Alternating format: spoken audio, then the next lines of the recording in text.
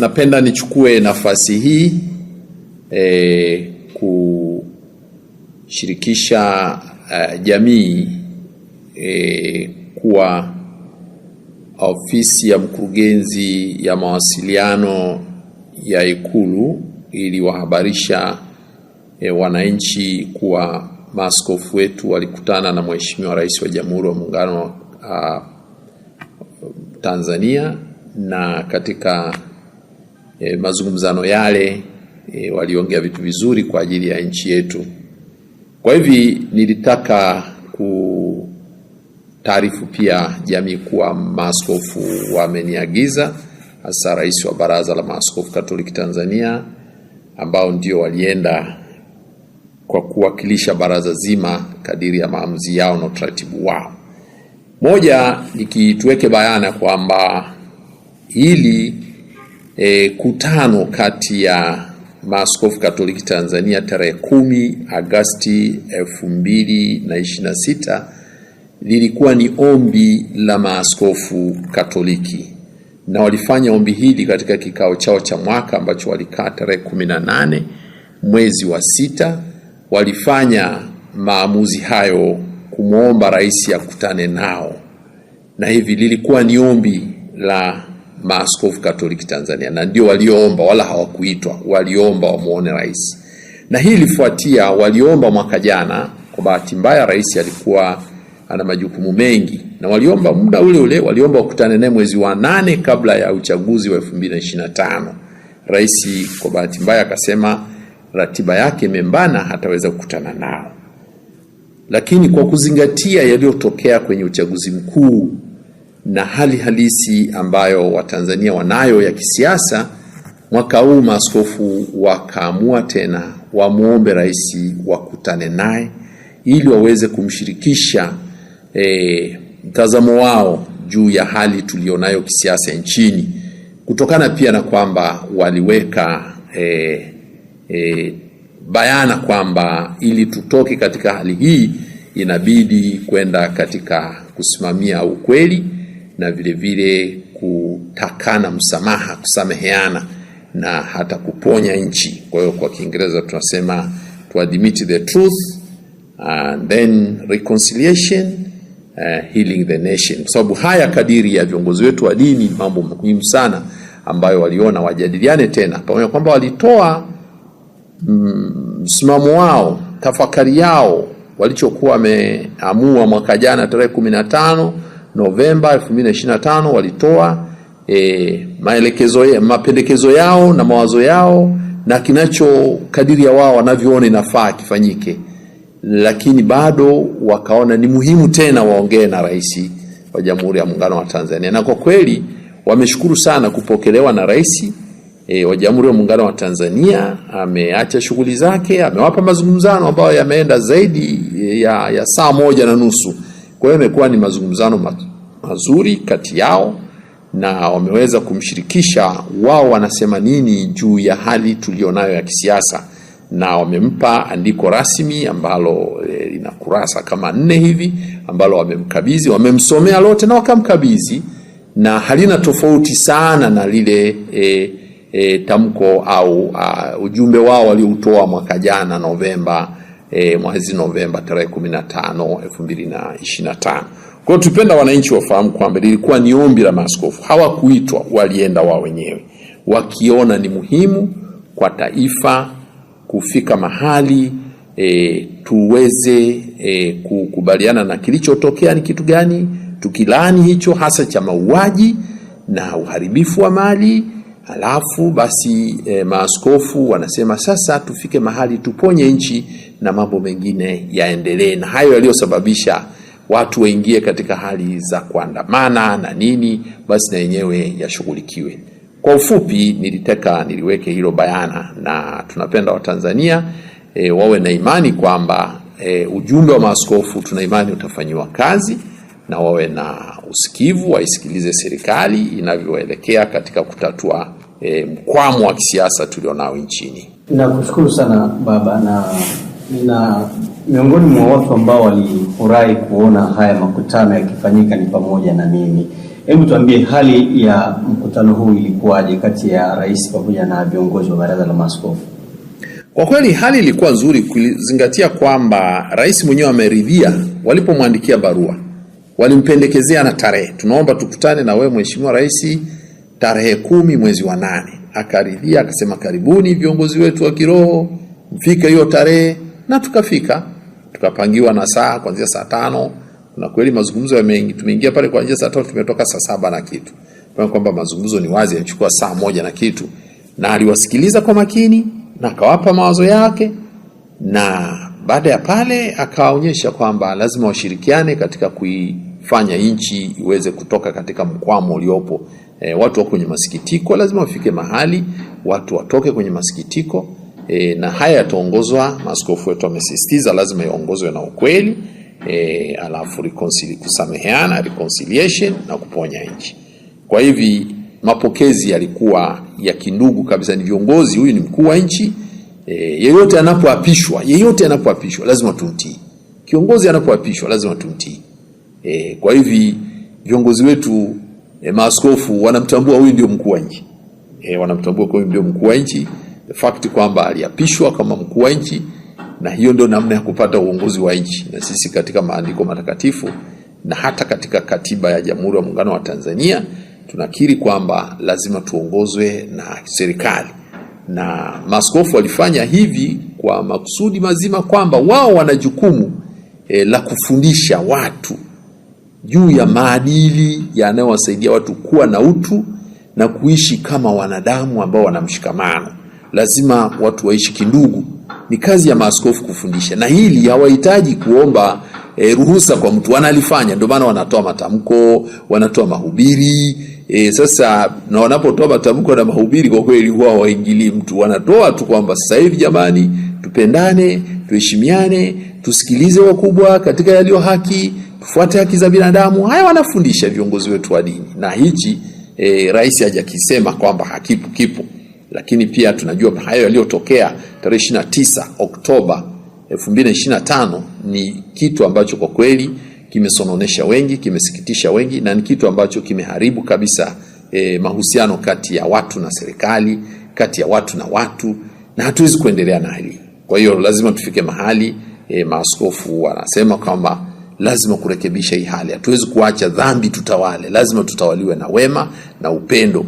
Na hivi maaskofu wametimiza jukumu lao hilo, na katika kufundisha ibara ya 19 ibara ndogo ya 2 inatamka bayana kazi ya kueneza mafundisho ya dini, yale ambayo watu wanapaswa kuyashika ili waishi vizuri, ni kazi ya dini yenyewe. Serikali itajihusisha kwenye hayo. Kwa hiyo hayo yako bayana kabisa, na ndio maana hili waliloenda ni kama la kuona kwamba anayepaswa kusimamia haya ni nani. Wao walishafundisha tarehe 15 Novemba 2025 walitamka kitu gani kifanyike. Ni kama walikuwa wanafundisha. Kwa sababu alihusisha hayo na mafundisho ya dini. Mafundisho yao ya dini wanayoyasimamia. Lakini baada ya pale sasa yatatekelezwa lini? Ndio wanaanza sasa kuona wenye mamlaka ni serikali, wao hawana mamlaka. Lazima serikali ndio itusaidie kutekeleza hayo na kusimamia hayo. Na wenyewe ndio waliapa kuyasimamia hayo kadiri ya katiba yetu ya Jamhuri ya Muungano wa Tanzania. Alafu hili ni swala ambalo vile vile Watanzania lazima kuelewa kwamba tarehe 14 mwezi wa 6 mwaka 2023 Baraza la Usalama wa Taifa la Umoja wa Mataifa lilihimiza sana viongozi wa dini kushirikishwa katika kuhimiza kurejesha amani duniani kwa kusimamia haki. Wanasema ni imani kwa ajili ya kuheshimu haki za binadamu. Yaani viongozi wa dini wasimamie pia na wafundishe pia namna gani haki za binadamu zinatuunganisha kidunia kwa kama ndugu, na hivi kufuta migongano isiyo ya lazima katika jamii, kufuta vurugu, maugomvi na vita na kadhalika. Kwa hivi viongozi wa dini wanatambulika katika Umoja wa Mataifa kwa mujibu wa hilo azimio la mwaka 2023 la Baraza la Usalama la Umoja wa Mataifa. Ni azimio namba 2023 na 686 liko bayana, ukienda kwenye mitandao utalikuta, linahimiza viongozi wa dini wana jukumu gani katika hilo. Kwa hivi maaskofu wetu pia wanatambua jukumu walilonalo katika jamii ya kimataifa, na kuna vitu ambavyo havigusi wa Katoliki tu. Hivi uhai wa mtu uliopotezwa mwaka jana ni uhai wa binadamu ambaye ni mtoto wa Mungu, na binadamu yeyote yule ni mtoto wa Mungu, awe mwema awe mwovu, ni mtoto wa Mungu, na aliye mwovu anahitaji kujirekebisha ili aweze kuwa katika mpango wa Mwenyezi Mungu. Kwa hivi mazungumzo na rais alitambua kabisa kwamba viongozi wa dini wana nafasi yao katika kutoa ushauri, pamoja kwamba mamlaka yako kwenye serikali, maamuzi yako serikalini, lakini bado wana nafasi ya kufundisha, ushauri, na hivi hata kumwomba Mungu basi kwa pamoja hayo ya kibinadamu yasindikizwe pia na matashi ya Mwenyezi Mungu. Wewe mahusiano yalikuwa mazuri sana kwenye hicho kikao. Nakushukuru sana baba. Nimeona dhamira ambayo mkurugenzi wa mawasiliano ya Rais Ikulu ambaye ameandika kwamba mazungumzo haya yalilenga kuimarisha ushirikiano kati ya serikali na TEC, kujadili masuala mbalimbali ya kitaifa yanayoigusa jamii yakiwemo ya kisiasa, amani na maendeleo, pamoja na kuimarisha amani, mshikamano na kujenga mustakabali mwema wa taifa. Hili ni jambo zuri kabisa, Father. Hauoni kama hapa serikali tayari imeanza kupiga hatua kwa ajili ya kushughulikia yale masuala ambayo yalijitokeza huko nyuma? Ni wazi, ni hatua moja. Katika kutekeleza kitu lazima kuanze hatua. Maaskofu wanafanya kitu wanachoita mazungumzano, dialogue. Ndio kazi yetu tulionayo. Sisi tunafanya engagement, yani tunafanya mazungumzano katika kuhakikisha kwamba kitu fulani kama akiendi. Na unapoona kinafanyika hiki, kuna mengine yameshafanyika mengi tu ambaye hayajaandikwa humu na hajatangazwa. Viongozi wetu, maaskofu wetu wana namna nyingi sana za kuhakikisha kitu fulani ili kiondoke, tatizo loko katika nchi liondoke, lazima kutumia mbinu mbalimbali. Wakati mwingine si lazima kulitangaza. Ndio maana maaskofu wakati wanaenda kule hawakutangaza na wala, lakini kwa sababu serikali iliona muhimu kutaarifu wananchi, basi ndio wameelekeza pia na sisi tutoe ufafanuzi kidogo juu ya haya ambayo watu wanasema. Nia ya serikali hii ni hatua moja, tunakiri, tunakubali ni hatua moja. Hili kukiri kwamba lilikuwa ni tendo ovu, tusubiri mpaka lini? Ndio wanauliza maaskofu, kwa nini msifanye hivi ili watu tuache kwa kaangaika tunasubiria kukutana tuombane msamaha? Kwa nini mmoja asisimame aseme tusameheane na tunaomba tusamehewe? Na viongozi wa dini wanapata sasa nafasi hapo kwanza kusema jamani tusameheane, kwa sababu huwezi kusamehe bila mtu kuomba radhi. Lakini zimeundwa tume mbalimbali, ikiwemo tume ya kwanza ambayo ilichunguza tukio hili zima, na imeundwa tena tume ya pili hivi sasa ambayo huenda imepewa muda miezi mitano, huenda ikaja na taarifa ambayo pengine ikawa ni mwanzo mzuri wa kuweza kujua ni nani alifanya nini na ambaye anaotuhumiwa hawezi kuwajibika kutokea pale. Hii hairidhishi kwa maaskofu? Ni hatua moja katika kutafuta ukweli au kujiridhisha na ukweli, lakini vile vile hizo ni mikakati ya serikali imeweka. Lakini katika kutoka katika hali tulionayo, ni serikali peke yake inapaswa kufanya. Wananchi ambao ndio wamedhuriwa wameshirikishwaje katika hilo? Na sisi tunakubali hizo tume zinahitajika. Lazima ukweli ufahamike, ukweli uwekwe vizuri na vitu viwe wazi, kuwe na utawala wa sheria ndani yake, kusiwe na upana. Na maaskofu wetu katika andiko lao lile la Novemba waliweka bayana kabisa kwamba watu waliuawa sehemu mbalimbali za nchi. Sasa kitu kama hiki, pamoja na tume zinachunguza na tume imetamka wamefanya hivi, lakini na hii sasa inakuja kuchunguza waliohusika. Lakini tunaangalia waliohusika kuhamasisha labda maandamano, tumesikia hilo, lakini waliohusika kuua wamesikia wanatamkwa. Sasa vitu kama hivyo ndio tunasema sasa hapa lazima tufike mahali tuongee kama Watanzania. Hatuhitaji kuja kuongozwa na mtu sawa, hiyo tume itafanya kazi yake, tunashukuru. Labda kama serikali inaona ndio njia pekee, basi watu tuombe, basi wananchi wasikilize serikali yao. Lakini vile vile wananchi wasikilizwe wenyewe, wangependaje, wangetaka kitu kiendeje vile vile. Lazima hivyo vile. Kwa mfano watu walipendekeza, tumeona ilipotokea matatizo kama haya kule Afrika Kusini, haya matatizo sio ya kwanza duniani. Yalishatokea Kenya, alienda Kofi Annan na Mkapa, kuleta watu kutoka kwenye mkwamo wa kisiasa. Imetokea huko Afrika Kusini, walienda kina Nyerere, kina nani walitoka huko kwenye hayo, kina Nelson Mandela ambao kwa serikalini, serikali, National Party, chama cha upinzani na nini. Sasa haya yote yanapaswa kutumika pia na nchi zingine zilizotokea. Inakuja kwa mtindo ambao tunasema basi ni jambo zuri. Kama serikali yetu inaona hii inatosha, basi waambie wananchi mwe na uvumilivu, tutafanya, tusubiri. Kwa maaskofu sio kwamba wanapinga mikakati iliyowekwa, lakini wanataka kusema kwamba sasa hivi tumeambiwa itachukua miezi mingapi? 5. Kwa tukae miaka 5 tukisubiri neno la samahani. Sasa nafikiri vitu kama hivi baba vinapokuwa vimetokea watu wanaumia, wanasema sasa si Ukristo wetu na maana gani kama hatuombani msamaha? Je, haya mliyazungumza na rais? Hapana, hivi ni vitu vya details ambazo sio mahali pake. Sema kwa sababu maaskofu wanachosisitiza daima, wenyewe wanachosisitiza ni hiki walichokitamka. Kwanza tukubaliane kwamba kulikuwa na ukweli, alafu tuombane msamaha, twende mbele. Kwa maana hiyo mtu yoyote yule ambaye anataka kufahamu kiu ya maaskofu kukutana na rais wa Tanzania iliisha vipi, anatakiwa ajue ni kipi hasa ambacho maaskofu walikipeleka kwa rais. Maaskofu wamesisitiza juu ya ujumbe wao walioweka hapa mwaka jana tarehe 15 Novemba, ndicho walichosisitiza. Tukiri ukweli kwa wananchi, tuombe msamaha wananchi kwamba tulikosea, si ambao ni viongozi labda au wawakilishi wetu walikosea, basi tuombane msamaha kama Tanzania. Na viongozi wa dini msaidie watu kupatana, kwa sababu kazi ya dini kupatanisha watu na Mungu, kupatanisha watu kati yao, na mwisho wa siku hatuwezi kuishi bila kusameheana. Hili ni tofauti kabisa na mnaloliita ninyi si maridhiano. Hii ni kitu tofauti. Kusameheana na maridhiano vitu vili tofauti. Reconciliation na maridhiano vitu vili tofauti. Sisi hatugombani nani atawale. Sisi tunamtawala tayari, yupo rais, yuko anatawala. Sasa kama mnataka nyinyi kuanzisha utaratibu mwingine wa kutawala, hayo mambo yenu kwa wanasiasa mtajua huko.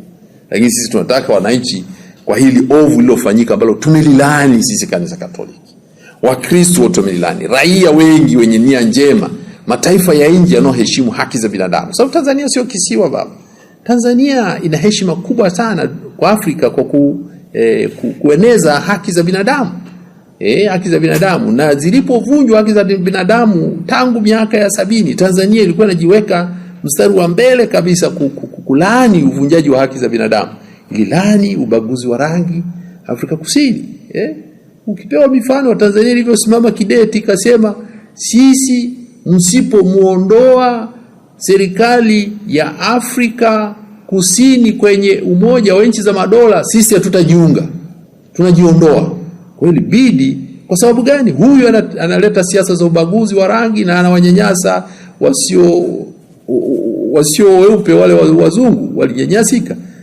Kwa hiyo ilibidi serikali ya Afrika mwaka 76 ilibidi serikali ya Afrika Kusini itoke kwenye miaka hiyo ya 70 ilibidi serikali itoke kwenye miaka ya 60 ilibidi serikali ya Afrika Kusini itoke kwenye kwenye Umoja wa Nchi za Madola.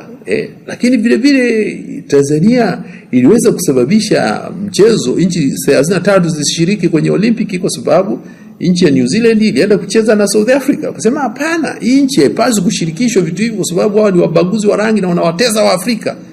Tanzania ikaungwa mkono na nchi 23 kwa sababu sisi tulikuwa na wakati wetu na Philbert Bayi, bingwa wa mbio na nini. Kwa hiyo Tanzania imesimamia sana haki za binadamu. Sasa kama ilifanyika kwa kuhimiza haki za binadamu katika mataifa mengine, maaskofu wanasema haya pia yafanyike ndani ya nchi yetu. Sasa tuseme kwamba hiki kitu hakikuwa kizuri na tufike mahali, na wamejifunza, maaskofu wamejifunza kwenye nchi zingine, wameona nchi zingine zilitoka kwenye mkwamo kwa njia ya watu kukiri ukweli na kusameheana. Ndivyo watu walivyofanya, lakini hawaweki serikali itumie utaratibu. Serikali yenyewe labda imeona utaratibu huzo wa hizo tume unatosha, basi tunasubiri tuone matokeo yake. Lakini rais pia alitamka kwamba kilichotokea hakipaswa kutokea na hakipaswi kutokea tena. Alisema hayo, lakini bado hajasema samahani kwa niaba ya watendaji wake. Umesikia amesema samahani kwa yaliyotokea? Tumesikia rais amesema samahani kwa kukata mtandao wa internet, na mataifa wamefanya biashara wa mataifa mengine wakasema tunashukuru kwa kuomba msamaha. Tunashukuru sana Padri Kitima kwa haya. Na kwa sasa hivi kwa raia yoyote wa Tanzania utagundua kwamba kwa sasa hivi kuna utulivu fulani ambao tayari umerejea, na unaweza kuona hata ile purukushani za kwenye mitandao ya kijamii, utulivu ni mkubwa. Taswira ambayo baraza inaliona kwa taifa la Tanzania kwa sasa ni ipi? Baraza lenyewe linachukulia hali kama ilivyo, na maaskofu hawezi kuwa na mtazamo tofauti na wananchi, lakini ovu kama hili limefanyika lazima likemewe na lilaaniwe. Hili ni ovu. Tusitoke kwenye mstari wa uovu. Msipolikemea na kulilani litakuja kurudia. Unanielewa hilo baba? Litakuja kurudia. Na sio mara ya kwanza maaskofu kukemea kitu kama hiki. Bushiri aliua wamisionari mwaka 1887 Pugu. Walitoka mapadri wa Bagamoyo, wenyewe walikuwa Faransa. Wao walikuwa Wajerumani. Mapadri wa Faransa kama wawakilishi wa kanisa Katoliki mwaka 1887 wakaenda kuambia serikali ya Mjerumani, wanaenda kumwambia Bushiri, wale wa misionari waambia Bushiri, kwa nini umewaua hawa wa misionari wa Pugu? Bushiri, mtawala wa wenyeji wa pwani, akasema nimewaua hawa kwa sababu wanashirikiana na huyu aliyevamia nchi yetu. Nani huyu? Mjerumani. Lakini wale wako sawa na sisi. Sema mbona wanakaa pamoja? Kwa hiyo kanisa lianza kutetea na kulani mauaji leo. Limeanza siku nyingi. Imetokea vita vya Majimaji, hali wa misionari walikaa wakafanya kitu kama hicho. Yametokea mauaji Pemba mwaka 2001. Maaskofu wamelaani, tena waliungana na BAKWATA na CCT, wakatoa andiko kabisa na wakapeleka tarehe 8 mwezi wa pili, wakakabidhi andiko serikalini. Na kulani kwamba tunaomba haya yaliyosababisha hiki chama kingine ambacho kijarizika na wakaharibu, labda wakafanya hivi na wakaandamana au wakasijua kwa wanaenda wapi kufanya nini, wakauawa. Sasa tunaomba hiki kisirudie, ili kisirudie, tusiharibu nchi yetu kama kisiwa cha amani. Ndio waliotumia lugha hiyo kwenye hiyo barua ya maaskofu. Zipo hizo nyaraka. Hiyo mwaka 2001 Pemba, tarehe 8 mwezi wa pili, waliandamana tarehe 20 ngapi, 27 hivyo mwezi wa kwanza 2001. Kwa hivi maaskofu hajaanza kuongelea kitu leo. Sisi kama Wakristo tuna historia ya hayo mambo yametokea, na daima, na sio hapa tu, yanatokea sehemu mbalimbali na tunafanya, kwa sababu ni jukumu letu kuambia uovu huu haupaswi kufumbiwa macho. Lazima ulaaniwe na ukataliwe na urekebishwe, na kwa sababu kuna watu wamejeruhiwa waponywe, na kwa sababu wale jeruhiwa ni Watanzania wote, tuponye Watanzania wote, tuponyane. Na kwa sababu ni kosa tumelifanya Watanzania wote, basi tukiri tumekosa, tumwombe hata Mungu msamaha aliyeumba hao watu tukawaua. Tuombe msamaha. Kwa ni kitu cha namna hiyo. Kwa hiyo hali ya kusema kuna utulivu, watu wanaweza kuwa na utulivu lakini watu wana hofu. Nadhani umeona vijana wanavyokuwa huko. Nadhani umeona mahali fulani vijana wanaulizwa, unaona vijana ambao kuna watu wanaweza kakawa na hofu, hawajiamini. Kuna dalili, walau una dalili za kuimprove. Kwa mfano watu walikuwa wanatekwa, wanauawa, walau sasa hivi unasikia watu wanakamatwa na wawekwa ndani, kwa kwamba wengine wanaonekana wanateswa sana, lakini walau ndugu zao wakienda mahabusu wanawakuta. Kwa tunaposema hiyo kuna improvement, hatujakataa. Sasa aliyekuwa anateka ni nani? Hapo ndio utajiuliza sasa. Walau sasa hivi unasikia mtu amepotea, lakini unaambiwa amekutwa yuko mahabusu. Lakini zamani anapotea umuone. Kuna watu umesikia wamepotea uonekana. Amepotea unakuta ameuawa, yuko amechomwa na tindikali. Anauza tindikali Tanzania, maduka hatuyajui yako wapi. Sasa unaona vitu kama hivyo. Ni yapi ambayo unafikiri mpaka sasa hivi serikali inajitahidi kuyafanya katika hali ya kuhakikisha mambo yanakuwa kama vile ambavyo yanategemea? Katika mazungumzano kama hayo waliofanya na maaskofu wetu ni hatua mojawapo ya kusikiliza wadau wengine katika ustawi wa nchi, wanaleta mawazo yao mbele ya serikali kuhusu huu mkwamo tulionao wa kimaisha ya kisiasa nchini. Hiyo ni maendeleo mazuri, kuwasikiliza, kuwapokea na kuwasikiliza. Ilikuwa na pia ukiwa na spika wa bunge la Tanzania tarehe za nyuma kidogo. Ajenda ilikuwa ni ipi? Ilikuwa ni makutano ya kiofisi ama ni ya kirafiki? Spika alikuja kutuona. Kwa kweli lengo lao ni kuona kwamba tutokeje katika hali hii. Spika alikuwa na ujumbe, tutokeje. Na kwa sababu yeye ni mwakilishi wa muhimili mwingine, basi tulishirikishana kadiri ya muhimili wake. Kama baraza niambia maaskofu wamesimama hivi. Kwa taarifa yako tu kwamba maaskofu wetu wametuma timu kwenda kujifunza Kenya na kujifunza Afrika Kusini. Kwa hiyo tunajua wenzetu walifanyaje, ndio akamshirikisha, labda tungeweza kutoka tukifanya 1, 2, 3 katika hali hii. Na speaker alitoa ushauri mzuri sana, sema waambie maaskofu ofisi yangu iko wazi, mapendekezo yao yoyote tunawakaribisha na hivi na vile. Na alitoa matumaini makubwa kwa maaskofu kwa kweli. Speaker alitoa matumaini, lakini kwa sababu ilikuwa mazungumzo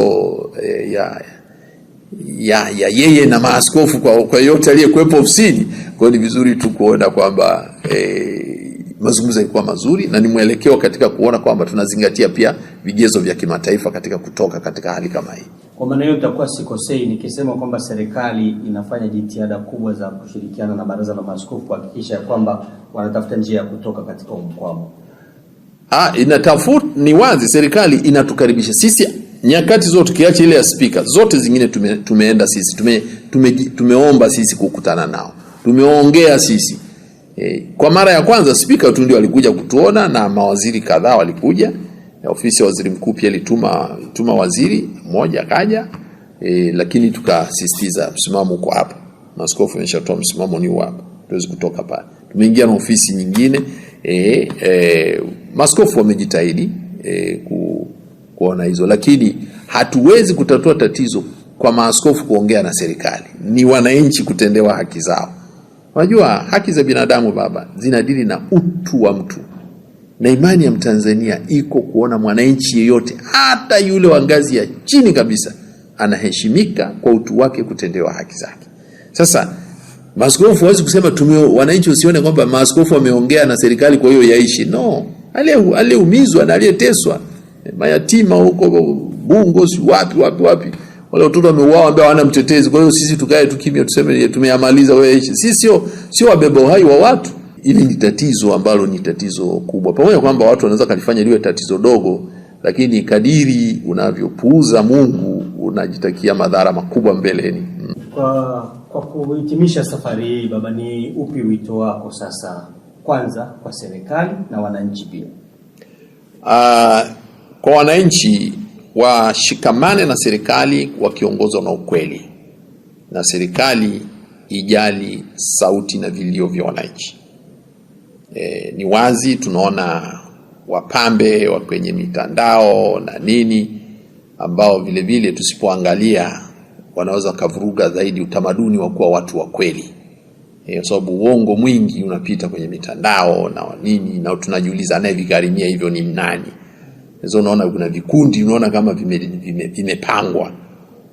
Kuna vikundi vimepangwa kushambulia huyu kwenye na mitandao sasa hivi ina nguvu sana, ambayo katika lile azimio la 2023 la Baraza la Usalama wa Mataifa, Baraza la Usalama wa Umoja wa Mataifa, walisema haya mambo yanovuruga ukweli katika dunia yanasababisha vile vile dunia kutokuwa kwenye amani.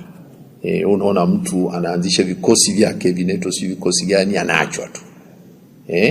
Mtu anaita kikosi gani. Nchi tunajua sisi tuna vikosi vya kuleta ulinzi na usalama. Tuna vyombo maalum. Tuna jeshi la wananchi ambalo linaangalia mambo mapana zaidi, lakini haya yanayoshughulika mambo hayo watu, tuna polisi. Alafu tuna vyombo vingine vya usalama vinavyofanya kazi kwa taratibu zake ambazo wananchi wanafahamu. Sasa mtu mmoja anaamka tu, uone akikemewa, uone kifo. Mwingine anaamua yeye kumtukana fulani tu. Mwingine anaamua yeye kutukana watu tu na anaachwa. Sasa na anafahamika ni fulani. Na wanaachwa tu. Na wengine wanashambulia. Sasa unajiuliza, hii unashambulia serikali au unashambulia chama au unashambulia watu? Sio utamaduni wa Mtanzania. Watanzania tulikuwa tunaishi katika kupenda ukweli. Na ukiwa kiongozi ukumbuke, ukiwa kiongozi wa dini, kiongozi wa serikali, lazima ukubali kuwasikiliza wananchi. Wananchi wanachosema kizuri, kitamu kusikiliza, kichungu kusikiliza, lazima usikilize. Na huo ndio uwajibikaji. Ibara ya 8 nasema utawala wa nchi uko chini ya wananchi. Utawala wa nchi uko chini ya wananchi, na wananchi ndio wenye mamlaka ya kutawala nchi yao. Wewe wamekupa tu dhamana, lazima wasikilize, uwaheshimu. Mamlaka yote yako kwao. Sasa unapoyapora yale mamlaka kuwafanyia chochote unachotaka, kwa kweli inakuwa ni kukosea utu wa Mtanzania na kukosea ubinadamu. Si nchi yetu ina historia yake nzuri, na hiyo historia nzuri ya kuheshimu serikali, kufanya kazi na serikali, Hilo ndio ambalo tunaomba wananchi vile vile, tukiongozwa na katiba, haki za binadamu. Kuna vigezo vya kimataifa ya namna kujitawala. Kuna vigezo vya kimataifa namna ya kujitawala. Hata tukisema tujitoe siju kwenye umoja, kutokubanwa na haki za mkataba wa haki za binadamu wa Afrika, au hata hizo Umoja wa Mataifa tuzitaki, si tunajiondoa au tunatoka, sawa mkijitoa, lakini binadamu uko pale pale. Tanzania sio kisiwa, tutahitaji kushikamana na mataifa mengine, lakini kuna vitu tukijitoa tunajizalilisha kimataifa. Tanzania ina heshima kubwa. Ni swala la kufanya, ndio maana watu wanaita ni kufanya mapatano kati yetu, kuombana msamaha, fanya mapatano, maisha yaendelee. Na wakifanya hivi nchi itaenda. Nchi itaenda. Afrika Kusini walipofika kipindi kile, walisema tukubaliane ukweli. Afrika Kusini walichofanya, wakakubaliana, kila mtu akakiri ukweli kwa upande wake, sisi tufanye maovu haya na sisi tufanye maovu haya, tusameheane, wakasameheana. Tuanze kujenga nchi mpya. Tusirudie yale yale tugombanisha. Wakatengeneza utaratibu wao. Hata hawakupelekana hata mahakamani. Hawakupelekana hata wakati ilikuwa ni Nuremberg, sasa hivi ni Hague. Hawakupelekana hata huko. Yakaisha. Ni kweli kuna vitu vingine vitaendelea kurekebishwa taratibu, lakini waliishia pale. Hukuuliza mtu aliyeua wale mauaji ya Sharpeville alikuwa nani, tunaomba wawekwe ndani. Walisema yaishi, yakaisha. Lakini walisameheana. Kwanza walikiri ukweli, wakasameheana. Kwa ndivyo walivyofanya wenzetu Afrika Kusini. Sasa sisi ni kisiwa, yamefanywa haya, tukiri mambo yaende. Lakini tuwe na imani kwamba Watanzania ni waelewa, na serikali iwaamini na kuelewa Watanzania. Watanzania ni watu waelewa, ni watu wavumilivu, hawajazoea kufanya vurugu kwa kutumia silaha. Hata wale waandamanaji mwasemeje, sikuona mwandamanaji aliyekamatwa na polisi waliwaweka ndani sijui 100,000 ngapi sijui. Sikuona watu kusikia wamemkamata mmoja mwandamanaji alikuwa na silaha. Labda hawakutuambia, lakini walau wangekuwa na silaha tungeambiwa. Lakini waliobeba silaha tukuona hata mmoja aliwekwa ndani. Kwa hiyo wenyewe hawakukosa. Kwa hivi ni vizuri pia kukubali kwamba kwa hali tuliopo sasa hivi, ili tuweze kutoka kwenye hali hii, Watanzania tukiri kweli, tuombane msamaha, tujenge nchi yetu, turekebishe yaliyotufanya tukakosea.